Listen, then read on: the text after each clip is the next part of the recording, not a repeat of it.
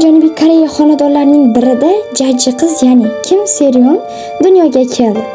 Kim Seryon oddiy oilada dunyoga kelgan, u bolaligidanoq kameraga mehr qo'ygan qiz edi. 2009-yil atiga 9 yoshda ilk marta katta ekranga chiqdi.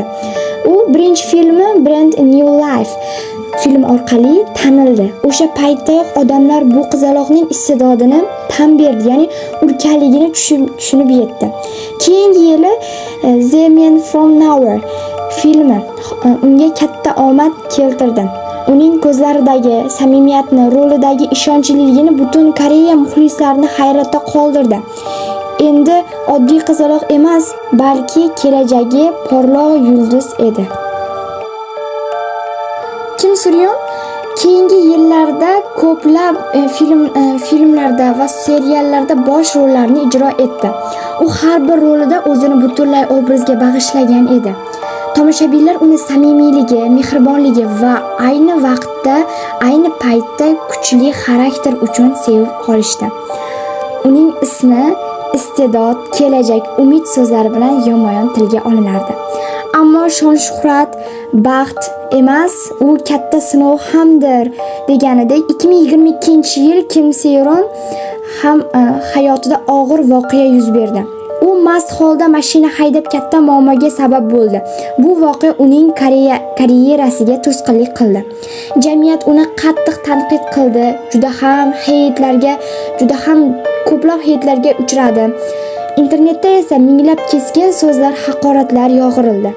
U yosh edi, xato qildi, lekin jamiyat uni kechirishni istamadi. Kiberzo'ravonlik, bosim va yolg'izlik uni qalbiga asta-sekin sindira boshladi va o'limiga sabab bo'ldi. 2025-yilning fevral oyida og'ir xabar butun dunyoga tarqadi. Kim Seryon o'z uyida hayotdan ko'z yumgan holda topildi. U atigi 24 yoshda edi. Bu xabar eshitgan millionlab muxlislar bu xabarga umuman ishonmadi. Ko'zlariga yosh keldi. Chunki hali rejalari va ijodiy yutuqlari bor edi. Eng yorqin yulduz endi so'nib bo'lgandi. Uning o'limidan so'ng turli mish-mishlar tarqaldi. Ba'zi odamlar uni boshqa mashhurlar bilan bog'lanib, yolg'on xabarlar tarqatdi. Ba'zi aktyorlar ham og'irlikni his qilib, omma oldida ko'z yosh to'kdi va uning dafn marosimiga bordi. Uning o'limida aybdor etilgan, gumon qilingan Kim So-hyun omma oldida chiqib, men uning o'limiga sababchi emasman deya bayonot berdi. Kimdir unga ishonib, boshqa kimdir esa gumonga qolishni davom etdi. Ammo asl haqiqatni hech kim bilmaydi, hattoki biz ham. Azizlar, Kim Seryonning hikoyasi bizga saboq bo'lishi kerak. Nimaga deganimni, hamma mashhur insonlar, mashhur inson emas, nafaqat hamma jamiki odamlar hammasi xato qiladi. Mashhurlar ham odam, ular sevilishga ham, sevishga ham hammasiga loyiq.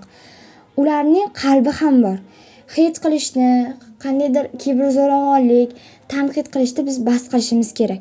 Chunki ertaga bitta so'z bilan ularning hayotini qutqarib qolamiz yoki batamon ularni o'limiga olib kelishimiz mumkin.